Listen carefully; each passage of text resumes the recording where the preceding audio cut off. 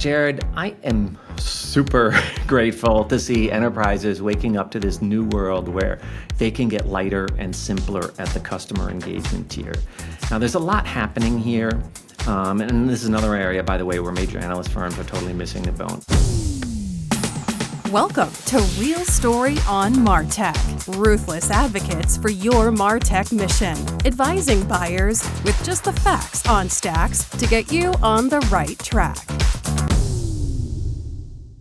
All right, welcome back to the Real Story on MarTech. I'm Jarrod Gingras, Managing Director of the Real Story Group. And I'm Tony Byrne, founder of Real Story Group. All right, Tony, on the heels of our Halloween episode where we talked about identifying technology zombies in your stack, we're going to be a little bit more positive today and talk about some MarTech gratitude, or what we're really thankful for this year. Yeah, this one's a bit different for us, isn't it? At RSG, we typically tell you what to watch out for, where the vendors and pundits are bullshitting you, all the insider information that you typically don't hear out there on the trail. But there's some positive developments out there as well. Yeah, that's right. And let's spend some time celebrating those. Yeah, now one thing I'll point out is that for those of you listening out there who haven't noticed already, we're riffing off the American and Canadian holidays of Thanksgiving. But it's worth noting that nearly every culture, and for that matter, every religion, has some rituals around gratitude. So for many of our listeners beyond North America, we're thinking of you as well, as Jarrod and I engage in a little giving thanks today. All right, Tony, so let's get into it. We'll divide what we're most thankful for into three kind of broad categories today. That's a lot of gratitude. Yep, but as always, we're going to respect your time and move through them as quickly as we can. So let's get into it. First topic, trends happening in the world across the MarTech markets that we cover. Tony, why don't you kick us off with our first expression of gratitude, if you will. Yeah, so I think there's a lot of gratitude in what's happening out there in MarTech land. And I'll preface this by saying it's rare that I'm grateful for vendors and vendor tactics, but I'm going to break with tradition here and say that I'm really grateful for the apparent death of the so-called hunter-farmer sales model at MarTech vendors. So this was a kind of a traditional, I would say, kind of product-oriented model where you had these hunters who went and acquired new B2B customers, and then they would transition then to a farmer who would then own the relationship and try to, get make sure you were successful and maybe make money a different sort of way by growing fruits and vegetables rather than, for the vendor rather than going out there and making the big kill. And, there were a lot of problems with that model, not the least of which was there was a lot of, tacit misogyny, where the hunters were these aggressive men, and then the farmers were these really relationship oriented, and often vendors would hire females for those roles. It wasn't exclusive, but it turned out to be in a way kind of an ugly combination, because it was a job. I really felt sorry for the farmers, because it was kind of their job to make sure that, to tell you that what the hunter said wasn't always true. And so now we're seeing, particularly with the rise of SaaS, kind of like this same business development person follow through on both the sales process, the initial sales process, as well as the relationship, and that creates, I think, a little bit of a better sense of accountability and potentially some continuity in the process. So yeah, we saw a lot of hunters writing checks their farmers couldn't cash, right? And so, it doesn't mean that it's everything's perfect in the sales process by any means. In today's day and age, we always encourage our clients to make your technology selection processes as empirical or testable as possible, right? We've written a book on design thinking in the tech selection process, and in fact, for our loyal listeners, you might remember podcast number 3 where we talked about the good, the bad, and the ugly as it relates to technology selection. And the truths remain. You got to test at every step of the way to assess how good of a fit the technology is, but also how good of a fit your partner is. The people behind the technology, the ones doing the implementations, the ones serving in that farmer role going forward, because it's technology. Your relationship with technology salespeople doesn't end when you pick a product; it continues on. So, make sure you do your diligence up front, and your chances of being more successful are going to be better going forward. Yeah, and really doing your diligence on the platform and the company. I mean, I saw just, in the past month, we were working with a client on a major tech selection, and, they really liked the account manager, and there was a great relationship there, especially from the demo. And if that had been the winning consideration, they would have picked them after the demo. But what happened in the bake-off is they realized that despite this wonderful person who was kind of advocating on their behalf, there were significant problems with the platform and significant problems with the vendor. And so, this is very much a relationship sale. The vendor wants to create a relationship with you. You need to be also looking out for your own interests. So, so speaking of vendors, you and I run into them at conferences a lot. It seems like today most conferences are mostly seated with vendors and consultants. Some of this is because a lot of enterprise MarTech people don't have travel budgets anymore. And as a result, I think many conferences have severely declined. Many have gone away. Some of the online conferences exhibit the worst qualities, where they're basically like vendor webinars. But there's some diamonds in the rough. So Jarrod, take us to our second topic here. Yeah, it's really frustrating. Even the best intentioned conferences in today's day and age, I feel like they've devolved so much into, there was this trend that they would devolve into just MarTech conferences where you wouldn't know what you were going to find when you got there, or even worse, maybe everything now is an AI conference, right? And that's even scarier for many folks. Like, what am I actually seeing here? Is it this startup vendor that just came on the scene last week, or are we actually going to talk about meaningful AI as it helps me do my job? So it's really frustrating. But as you said, as you alluded to, there are some good ones, and I'm grateful that we have a few really good conferences that remain. And one that I'd like to shout out is the folks from Henry Stewart conferences out of London. They do a series of digital asset management conferences every year, one in New York, one in London, and one in LA, and a bunch of online ones as well.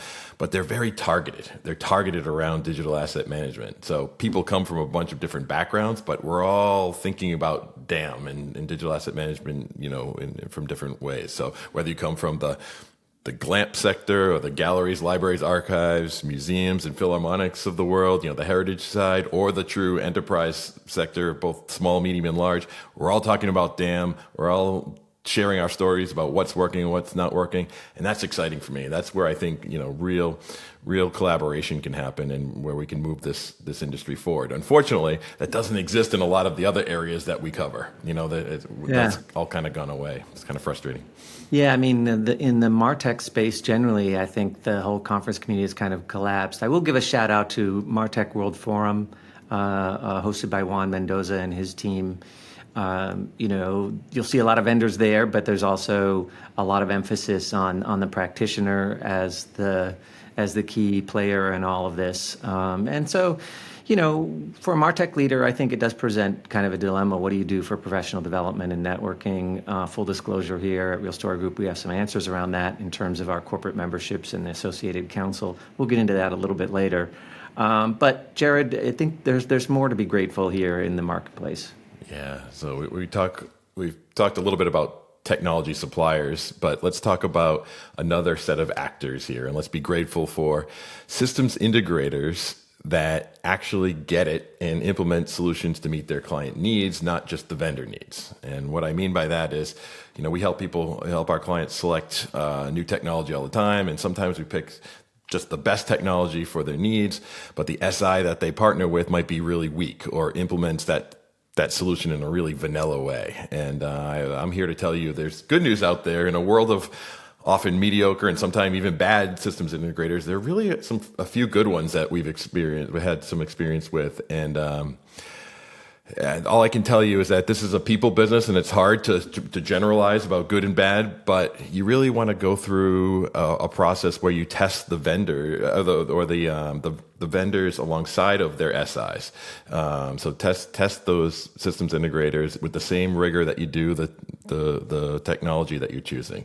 And I can say that recently we've done a lot of selections where we do these combined assessments where the vendors bring their SI to the table, or vice versa, and we're comparing like a technology in a SI versus another technology in their SI, and really you get to learn a lot about the technology in that process, but you learn a lot about how those people are going to work with you, the client, but also how they work with each other, because that's often very enlightening.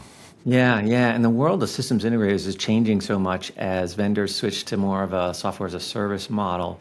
There's a lot of stress in those relationships. The things that we always look for is the SI sitting on your side of the table? In other words, are they going to do what's in your best interest and not just to sustain their vendor partnership, which is very important for them. But they need to be able to tell you, for example, if the vendor's giving you the wrong advice and vice versa. So that's something definitely to look for. But I think you're right that a great technology implemented by the wrong SI can completely zero out the value you were looking for. So let's be grateful for some of the really talented customer-centric SIs that are out there. Now, Jarrod, you're on a roll here, so let's go to the fourth and final topic in this category of kind of what's going on in the marketplace. What else are you grateful for? Yeah, so it's a similar to what we just talked about from an SI perspective, but when we talk about implementing content technology or information technology in general, that implementation is not just a technical one. There's often these softer skills that surround an implementation that really will make or break a project. And in the content world, having the right metadata in place is vital. So I'm thankful this year for taxonomists. And, we, just like the SI space, there's some good taxonomists and some bad taxonomists and some mediocre taxonomists, people that really get it in the scheme of what we're trying to accomplish here. But there's a few that really stand out, and I'll give a shout out to a longtime friend of Real Story Group, Stephanie Lemieux, and her team at Dovecot Studios up in Canada. They're some of the best, and I was having a conversation with her recently when I ran into her at a conference about how we're seeing this real rise in interest in taxonomy all of a sudden. It's something that we've always talked about, but it hasn't been always front of mind for a lot of our clients. And so we're getting so many more questions around taxonomy management tools, and of course, the softer skills that come around with taking advantage of those taxonomy management tools. Really good taxonomists who can understand our content, our metadata needs to get the right content to the right person at the right time for those experiences that we're trying to create. And Tony, I know you have some thoughts about why this renewed interest is happening right now. Yeah, why we're so grateful for really strong taxonomists is because having a strong enterprise taxonomy, especially as it relates to how you're going to engage with your customer, it's so critical in this emerging world of AI. So, AI is good at auto categorization, which is taking some content and applying the right values to it. But AI is not as great at auto classification, which is actually creating the taxonomies themselves. And sometimes you don't want to do those necessarily just from documents either. So, taxonomists who can help you build and evolve the right term sets is really critical for AI for a bunch of reasons we're going to get into later, but definitely grateful for the folks who are doing that well. All right, that wraps up our Category 1 gratitudes. Let's move on to Category 2. And this is going to be trends that are happening generally within the enterprise and what that means for you all. Tony, why don't you kick us off here? Yeah, so one that I'm really excited about on the enterprise behalf is the rise of enterprise architecture as it relates to MarTech, and enterprise architects in particular who are dedicated to MarTech or customer-facing technology, maybe more broadly. At some level, in many organizations, they've already been there, but they weren't always listened to or really had the right remit. I think it's impossible, Jarrod, to underestimate the value of a strong enterprise architect. Just to point out, this is different from a solution architect. So a solution architect kind of helps you how should we craft this particular solution. Although they're very important, but they're not an enterprise architect. So a solutions architect might say, how do we optimize our Salesforce Marketing Cloud, right? An enterprise architect says, what are the services that we want in Salesforce Marketing Cloud, which is this multi-headed hydra anyway, and what services don't we, and what's the future of this platform in our stack? So they're really an essential and super helpful partner in defining the stack from a business context and helping you connect it to business value. It's a great partner, working with IT and with your finance department more generally. So when we see strong enterprise architects, our general sense is this really bodes well for the work that we're doing, advising you about how to modernize and improve and take your stack to the next level. Yeah, and some of our listeners might remember episode 2 where we talked about this architectural shift that we're seeing to this more of a legless model in our MarTech stacks. And these architectural shifts are a big deal for many of our clients. And there's architectural shifts in response to enterprises getting serious about omnichannel, or getting serious about hyper personalization, or next best action, or next best experience efforts. And it's enterprise architects who are recognizing these shifts and recognizing that we have to do something different here. And they're the ones, working with us to lead the charge on these legless architectures, or these post-channel architectures that we talk so much about. And so we're thankful for our enterprise architects out there, and we encourage you to let them help you lead the charge. Yeah, and this whole architecture shift was missed by major analyst firms. I won't mention them out loud. They start with a G and an F and maybe some others. These major analyst firms, which brings us to our next topic. Of course, we're a little bit biased here, and I don't want to necessarily badmouth competitors. Tony, I give you permission. You can badmouth our competitors. Okay, thanks. So this is about traditional analyst firms. And what I'm grateful for is that marketing and IT leaders especially have woken up to the fact that these firms aren't really adding a lot of value anymore. There's so much going on in the world of MarTech, and I think that traditional analyst firms, they tend to return to their sort of reflexive patterns, which is the vendor's view of the world.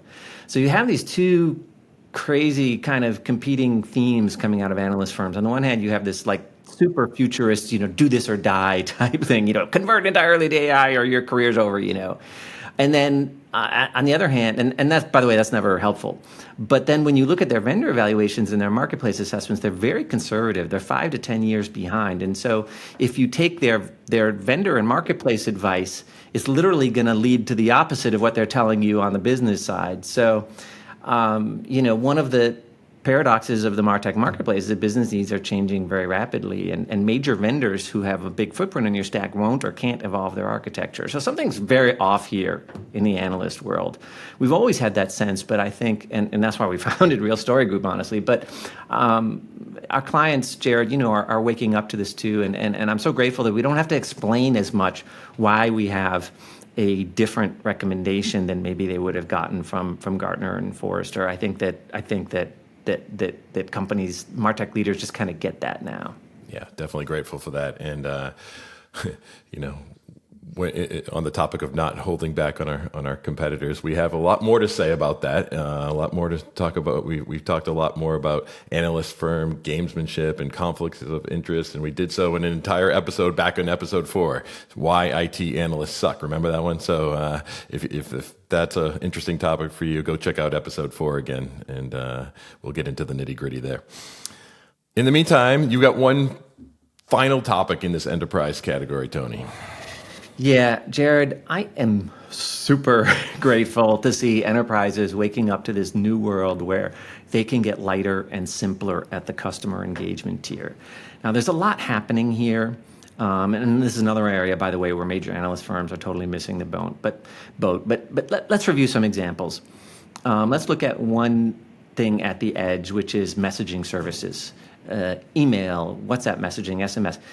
This is becoming a commodity service. Now, it doesn't mean that it's unimportant or necessarily inexpensive, but it's becoming a commodity, and it's a little bit off that somehow that's getting bound to campaign services. I think we're going to see that split in the future.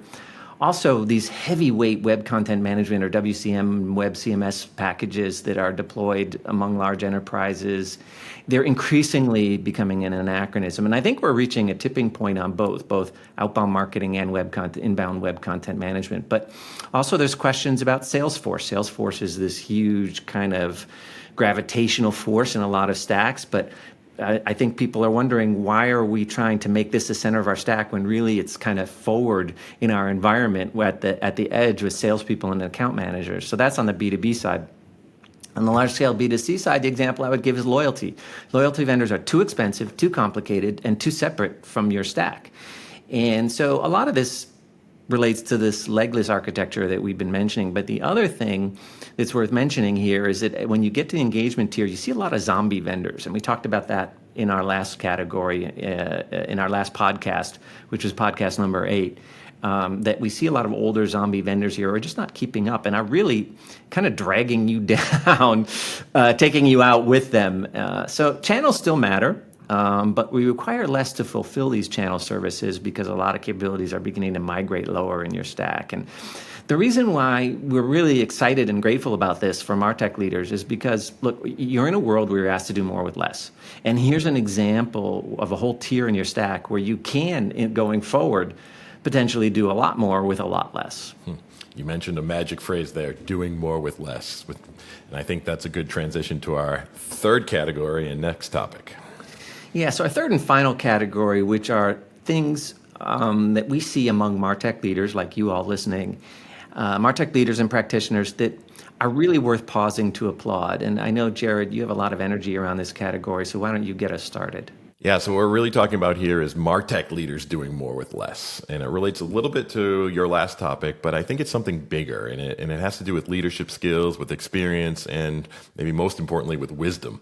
We're in a time where the economic environment is really putting a lot of pressure on MarTech leaders, pressure to find efficiencies, yet still scale.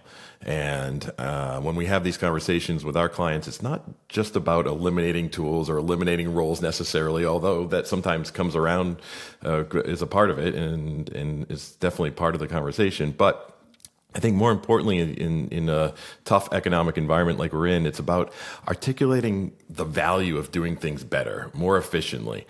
And we're helping a bunch of our clients at this very moment build the business case about being ready for an unknown future. Yeah, it's so huge.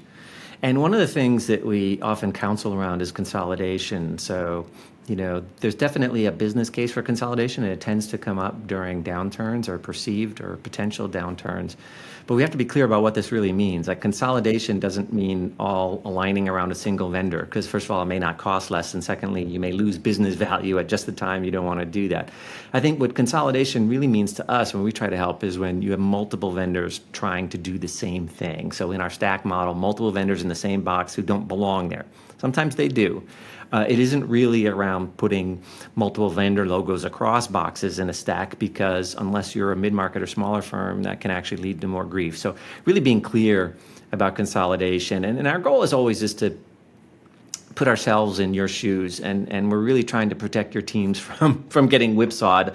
I think, Jarrod, in a lot of ways, the MarTech leaders right now, they're in kind of a sandwich generation. They're being pushed from the top. They're trying to lead their teams from underneath. AI is really sandwiching them a lot because they're getting all these demands from leaders saying, why aren't we dramatically more efficient? Why aren't we dramatically more effective? And then your underlings are telling you, hey, boss, this stuff is not really working yet. It's not working the way we need it to work to bring those business results. So it's very much a sandwich generation. And what I'm so impressed with by the best MarTech leaders is kind of like the quality of discernment that they bring to this. They're identifying what's important and what's not. And it's been such a privilege to help them out there. Yeah, definitely. We're thankful for those MarTech leaders who are under so much pressure. Thank you for all you do. All right. Next up, we're going to talk about another previous podcast topic, something we talked about in episode 6, and that was, as a reminder to all of you, that was when we talked about your damn journey from a 1.0 to 2.0 to 3.0 to possibly a 4.0 organization. Just as a reminder, when we talk about 4.0 organizations, we're talking about the predictive platforms of the future, where you have sophisticated AI agents on platforms that you might own, or you're pumping content to other platforms that you might not own. And I started at 4.0, Tony, because when we get calls from clients or potential clients, everyone is describing a 4.0 world. They're all talking about what could be in the future.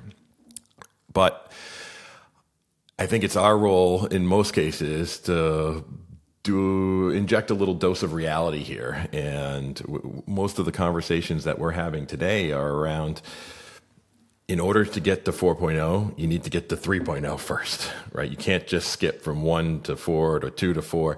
And 3.0 is all about getting then managing your content to the right granular level, at a componentized level, so that it's fueled with the right data and the right contextual relationships, so that AI can take advantage of that content in the best possible way to help you achieve those 4.0 goals. And that work is a dose of reality in many cases, because getting to 3.0 is really hard. Not every vendor can help you get there. There's only a subset of vendors that can help you get there.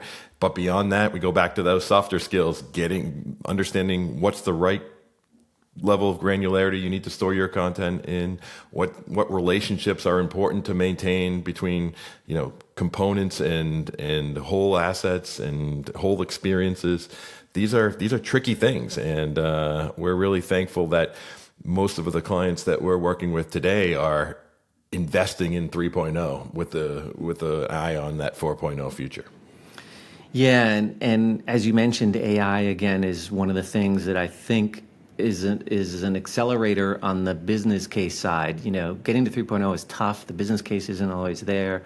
AI is really, I think, accelerating this trend, because AI search, whether it's in your own environment or we're looking at ChatGPT and some of the public AI search engines, that they reward original, helpful content. And for sure, some of the Google and other AI overviews were kind of trashy at launch, but they are getting better.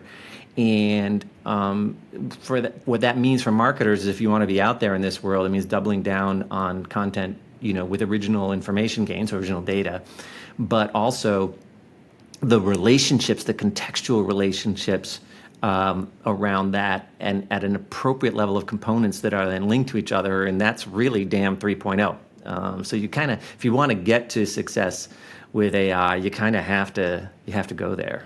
Yeah, and I hate to be a little negative again here, but we've seen people start to cut corners and say that, oh, I'm going to skip this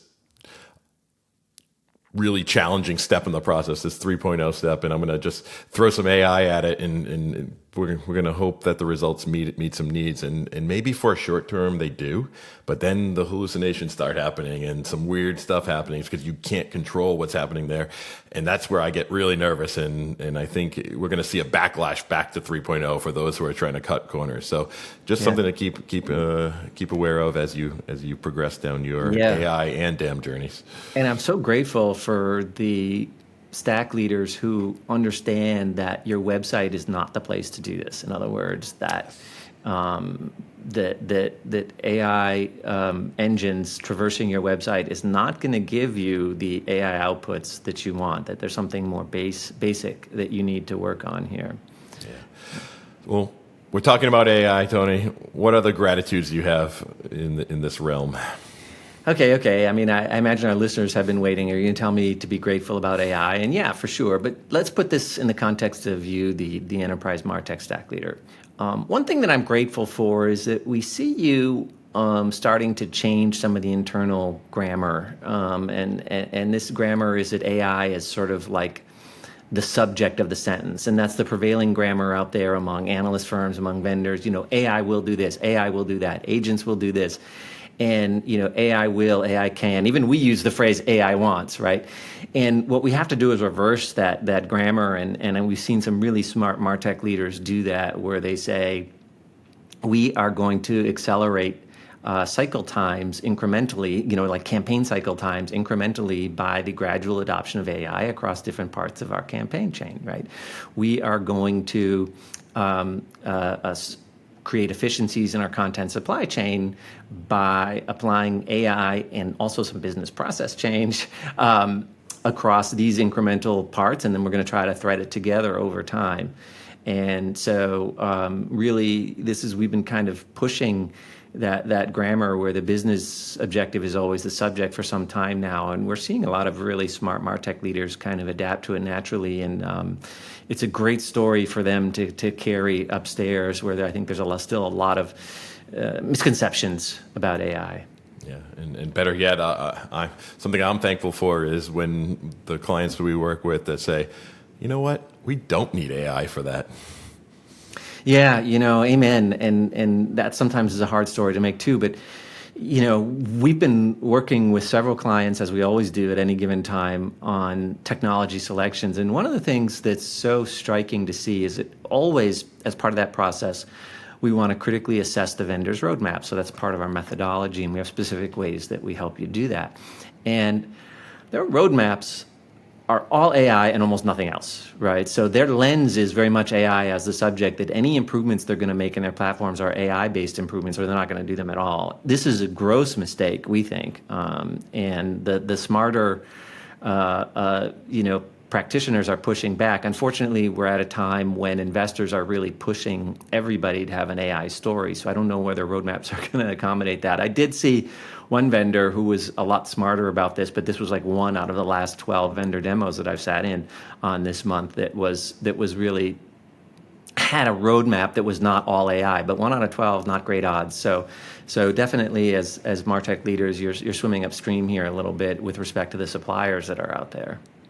So let's go to our next topic, and it really plays off some of this taxonomy and DAM 3.0 themes that you identified earlier. And I'll give you a warning. This one's a little bit techie, and that is, among MarTech leaders, I think a growing value of having graph models for your information. And taxonomists may be the first to uncover this. And so a graph model is different than having like a traditional kind of relational database model where, some things relate to some other things, and you've got all these, different spreadsheets with primary and secondary keys and all of that. And it's different than an XML hierarchical model as well. A graph model has all these arbitrary entities and the connections among them. And that's how a lot of marketing and product information and channel information wants to organize itself. And it's these relationships and the ability to traverse among them. They have always been essential to automation and personalization. And it's the lack of kind of a graph model that's held up, I think, a lot of automation. You may have the content, but it's not linked in a way that you can act on it. And that's where, first of all, the value of a taxonomist, and then secondly, this kind of DAM 3.0 model and a true omnichannel content platform really comes into play. And again, AI, I should say, this content really wants to be consumed this way by AI. So if you're going to get value out of AI, you need to be thinking about your information as a kind of a graph. And this is a tough transition, but we see MarTech leaders really sticking their necks out here. Speaking of sticking their necks out, I think that brings us to our next topic. I am very thankful for the clients that we see taking a brave stand up against vendor bullies. And I know we're doing a good job at referencing previous episodes on this episode, Tony, but episode 1, the one we kicked off this series with, was a topic around vendor bullying. And I think of the example of our friend at that one of the biggest hotel chains in the world who came to us and said, I'm getting pressured by our incumbent vendor to pay an incremental increase on our year-over-year spend. And this was a particularly high incremental increase. It was about 20 to 30%. And he was challenging that vendor and saying, what am I getting for that 20 to 30% this year? I didn't see any benefits. And it takes some guts to be able to stand up against a vendor like that. And I think I really respect the fact that when he came to us, he said, you know what, enough is enough. I want you to help us put together a competitive environment where that incumbent has to win their business again. And they're going to bring in some alternatives to the table. And we're going to assess them head to head. And they're all going to prove to me why I should be spending this going forward. And spoiler alert, the incumbent didn't actually win that little assessment, did they? Yeah, no surprise there. It's interesting. Right now, we're working with a major global firm that has not one but 2 incumbents in the mix here, and they're both pushing for. They both are aware of each other. They're pushing for, hey, let's do this head to head. The reality is that what we've uncovered is probably neither of them are the right fit for some very good reasons, and so we're trying to structure a situation where the vendor can.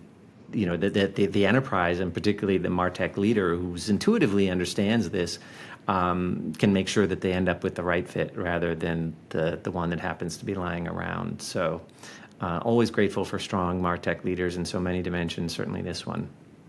All right. So let's wrap up, Tony, with some closing themes here. I want to, on the topic of thankfulness, I want to give a special shout out to our our many corporate members that we have. It's really a blessing to all of us to be able to work with all of you, for many of you for many, many years, decades even. And a lot of the lessons and things we're thankful for that we're talking about today and over this podcast series were directly because of what you shared with all of us. And we really appreciate the fact that you all push us really hard, as you should, and we really welcome those challenges, and we appreciate you.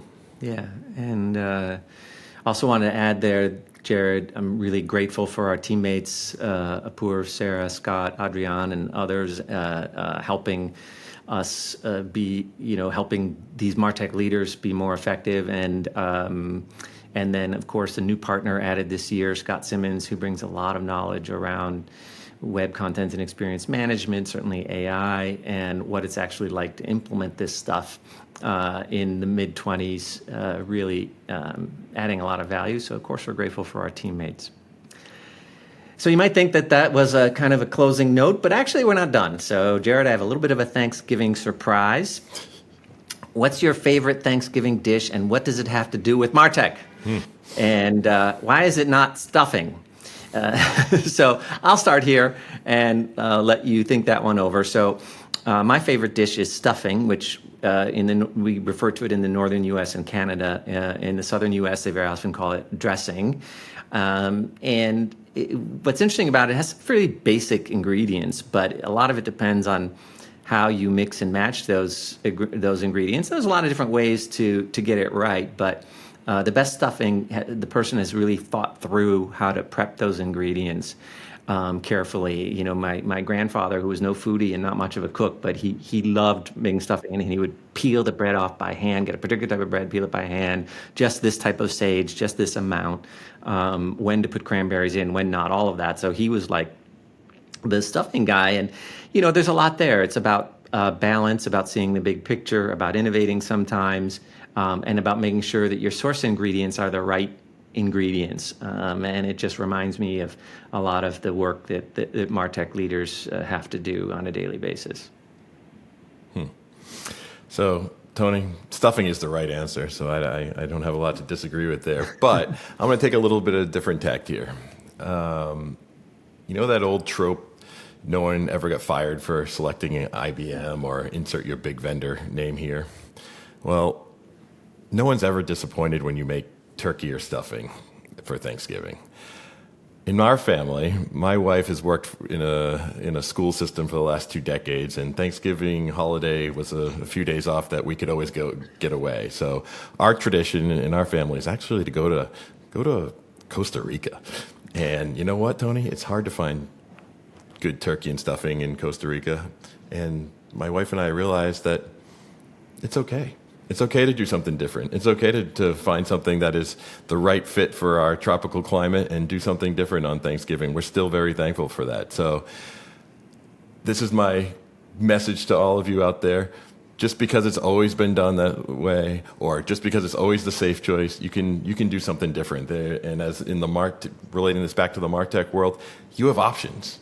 You can go with a number of different technology solutions, whether they're the biggest names in the market or some smaller best-of-breed players out there. And there's no wrong answer as long as you do your diligence and find the right fit for what it is you're trying to accomplish. So that's my message to you. I'm planning a trip to Costa Rica again, and I'm very thankful for that. Yeah, that's the magic phrase that you said there, Jarrod, the right fit. Right. And one last thing, Tony, that we're thankful for is all of our podcast listeners. Thank you for spending some time with us this year. We're going to continue to do this into next year, but we really appreciate all the feedback and words of encouragement we've gotten so far. I recently ran into a few of you at one of those Henry Stewart conferences I mentioned recently, and I love hearing the stories about where and when you listen, whether it's on your daily run, while you're doing your gardening, or on your commute. So keep those comments coming. We really are thankful for all of your support. Indeed. So next up on our podcast series in December, we're going to look ahead to MarTech for 2026. We'll take a 1-year prism and offer some real practical advice. Yep. We love to future gaze here. It's always fun, but we are the real story group, so we're going to keep it practical and actionable, and we're going to include some things that maybe you can deprioritize for next year to save some time. Amen to that. All right, everyone. Thank you so much for spending this time with us today. As always, we invite you to subscribe, like, share this podcast with a friend, and feel free to comment or send us a note about what you're thankful for this year. Thank you all for listening. Happy Thanksgiving, or whatever gratitude you're experiencing wherever you are this month. Thank you.